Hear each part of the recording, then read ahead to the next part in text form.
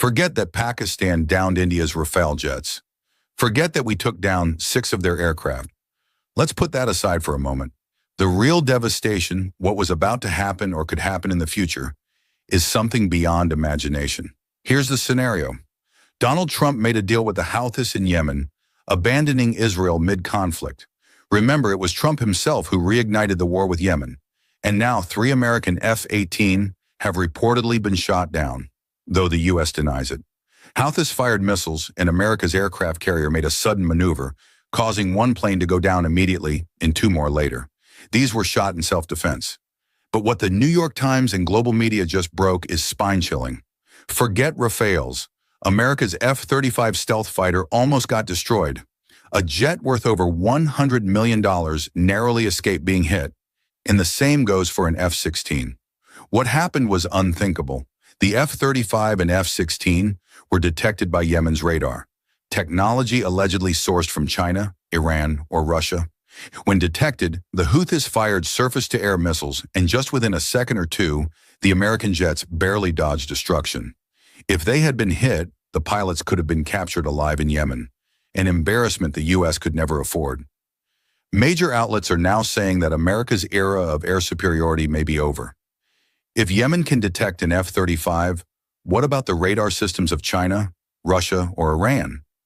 Iran recently warned the U.S., saying if you can't handle Yemen's missiles, imagine facing us. If this had happened, Lockheed Martin's reputation would have been shattered. Billions in future jet deals would collapse. 19 countries are in line to buy F-35s, including India and Turkey. This is why Trump rushed to make peace with the Houthis, agreeing to stop bombing each other. But who started this war? Yemen never attacked first. They only said they wanted to target Israeli jets and ships. The U.S. jumped in on behalf of Israel. For 2 years, Yemen has humiliated them, and now Israel is left isolated. Trump visited Saudi Arabia, received a grand welcome, struck $140 billion in defense deals, and announced plans to lift sanctions on Syria, celebrated across Damascus. He even met al-Julani and hinted at recognizing Israel, but only if conditions improve. Meanwhile, tensions rise between Trump and Netanyahu, and even between Trump and Modi. If Yemen's radar can almost destroy an F-35, imagine the risk for India buying them. China likely shared this radar tech with Pakistan too. Rafales were supposed to be stealth, but we jammed their radars and blanked their screens. That's why Indonesia is reconsidering its deal to buy 42 Rafales, set for delivery in 2026. They're asking, if India's jets were downed so easily, should we still buy them? French President Macron is heading to Indonesia to salvage the deal. F-35s are now cheaper than Rafales, but even more vulnerable.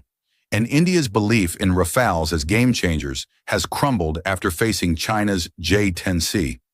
India can't digest this blow, so how can other nations trust the F-35? Trump realized that if his jets were shot down, it'd ruin him.